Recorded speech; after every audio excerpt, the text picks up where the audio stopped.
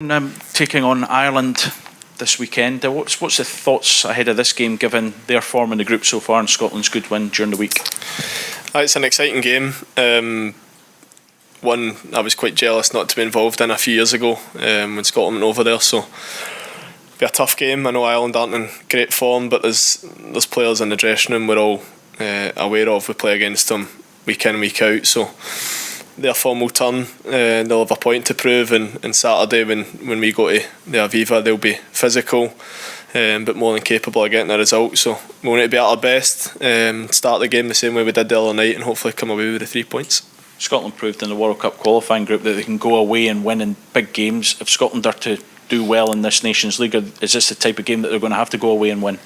Aye, because Ukraine proved that the other night. Obviously, looking back at their game, it was a tight game, a wide free kick that managed to just go all the way through. So it was a tough game for Ukraine, and it'll be a tough game for us. But if we want to progress to the top flight of the Nations League, we've got to win those games. And it was something in the qualifying we seemed to be pretty good at, either grinding out a point or getting a big away result. So that's what we've got to do. After a disappointing result a few years ago, we went on an unbeaten run. We then had another disappointing result and followed it up by reacting with a 7 or 8 unbeaten run. So that's what we've got to do now. We can't dwell on what's gone before us, and we need to keep charging forward as a group. Positive during the week, and Scotland created plenty of chances. Is it a case now there was a spread of goals, it was the defenders getting the goals? Is that something that the guys further forward, because you've scored a lot for Scotland, that the onus needs to be back on them again, or does it not matter where they come from?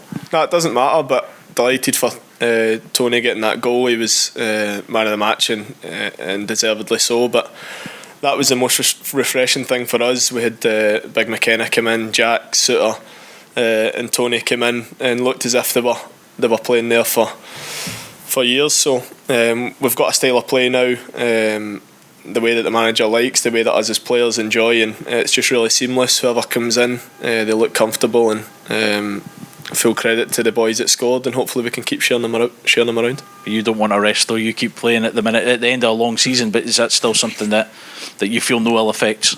I was getting a bit of stick for all the shots I was having towards the end of the game. I'm keen to add to my tally, and the other night I probably should have scored again, so I want to keep helping the team by scoring goals, and I'm sure if you ask Shea, Ryan, Stuart, Jacob, Ross, all the forward players will be keen to do so as well.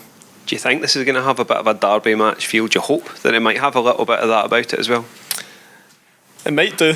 I was at the game at Celtic Park between Scotland and Ireland, and it certainly had a sort of derby feeling to it. I'm not sure about the one at the Aviva, but it certainly will, because the players know each other inside out.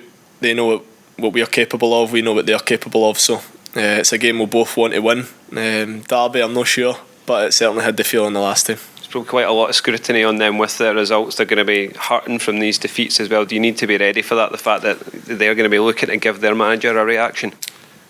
Aye, definitely, but we've been there as well.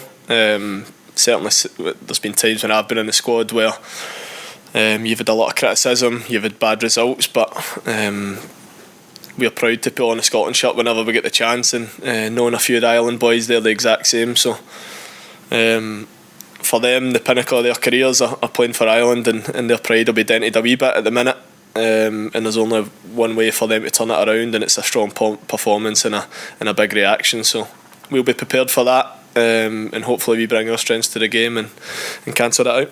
Looking back over the last 10 days for you, John, how difficult was it for you to flush the disappointment? Is it hard to kind of stop going over it and refocus and understand that it's about the Euros now and the World Cup was gone?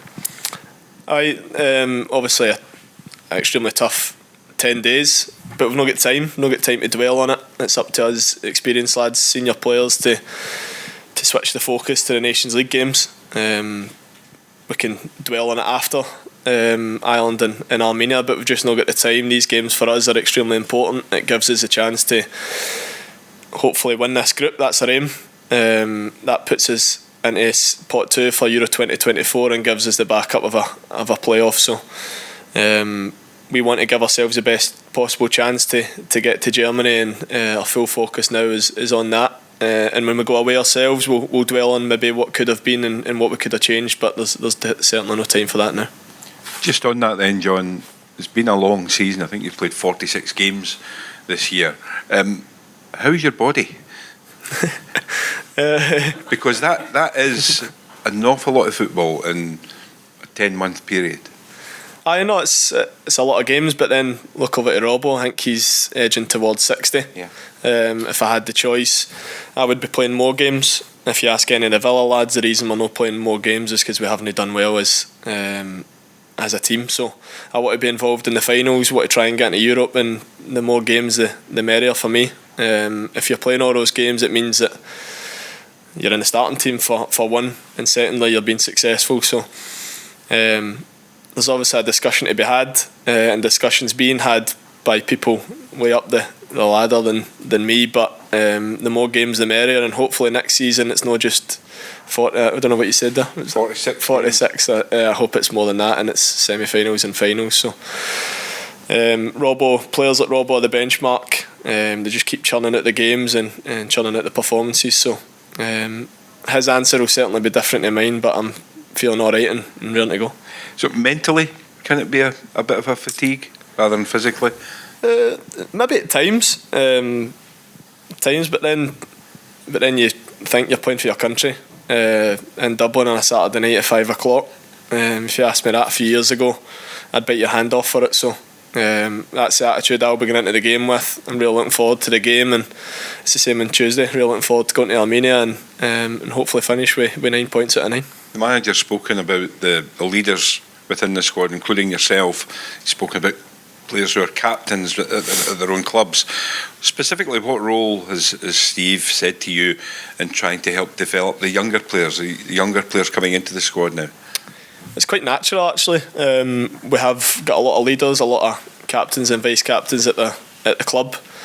So nobody has to fake it. Everybody's leaders in their own right. I maybe say a bit less in the dressing room on a match day, but that's because Grant's speaking, Big McTominay leads with his voice, Robbo, Coops, Grant Hanley, where all my talking gets done in the hotel, on the training pitch, try to keep the spirits up. So we all lead in our own way, in our own right, and on a match day, less is more for me. I try and lead with how I play, but we've certainly got a lot of leaders in the dressing room, and it was really important before the game. The warm-up at Hampden before the Armenia game, it was really flat. We could feel the disappointment, but we had to get the boys going and make sure we started strongly, and we managed to do that. Steve did say you're a bit of a joker within the pack. Is there anything you'd like to share with us? Is it? There's got to be someone, isn't there? No, I try and you're away for a long time with the family. I've not got any kids, but a lot of the boys are away from their kids for, I think this has been 2.5 weeks. So they need to keep the spirits up somehow, and hopefully I try and help to do that. And finally for me then, John, you're closing in on 50 caps. That must be, you pinch yourself, surely a dream to be able to say that. Closing in, I don't want to jinx it. One was enough for me, to be perfectly honest. I never thought, if you asked me the days at St Mirren, would I go and play 46 times for my country, then I would have probably laughed. But it's closing in. Hopefully I can try and get there, and every time I get called up, it's a proud moment for me, and I feel as if I try and leave everything on the park. So I'll continue doing that until the manager, or if somebody else comes in after the manager, tells me I'm too old and I can't run anymore. So hopefully many more to come, but there's a batch of us that are closing in 50, and it's a sign of the commitment and loyalty to the cause. Maybe a few years ago the summer games might have been sniffed at and there would have been pull-outs left, right and centre, but the core of the squad's remaining the same, and we're all focused on making this country successful again. It won't come overnight, but we're certainly making steps towards it. Is that a sign that the squad's getting to a good age overall? Aye. There's only really Craigie. Doesn't look nearly 40, but with Marsh retiring, he's the old man of the pack, and then we've got a right good batch who could more than definitely qualify for the next two tournaments. We've got no one really on the brink of making a decision. we're all hungry, still focused on being successful. And then you've got the young batch. You've got Nathan, Billy, Hickey, who are making names for themselves in their own right, and it's only healthy. I think there's players even younger than that. I saw that Villa are snipping up a couple of them as well. So the future's bright for Scotland, and it's up to us to kind of carry on the mantra. These Nations League games are important not only for us but for future Scotland teams to make the path as easy as possible. So hopefully we can keep it going and carry on improving. The fact that you qualified for the Euros through this Nations League the last time, is that more beneficial for Scotland? They know what can be there at the end of the day. Aye, well, we know what it can give as a backup. We wouldn't have qualified for the tournament without it, so we know how important it is, and we certainly don't take these games for granted. John, I'm sure I've asked you this before, but you've been moved around the park again. You played in the midfield two the other night. You've played in front of a midfield two. You've played in the free roles behind the striker. I know you've said before that you just play wherever the manager wants to play, but where do you feel most comfortable? What do you think brings out your best attributes? What position? I don't know. I feel as if I'm a different player in either. And I generally don't have a preference. The manager didn't pull me to one side and say, do you mind playing deeper? He knows I don't really bother. I'm sure most players, as long as they're in the starting team, will be delighted, but I don't really have a preference. I feel as if when I'm higher up I can cause a wee bit of carnage, whether that's trying to set up a goal or scoring, and then when I'm deeper I need to be a little bit more disciplined, but honestly I don't mind. He knows I'm happy to play either, and just as long as I'm in the starting team I'll be smiling. Thanks folks. Brilliant. Sorted. Good luck.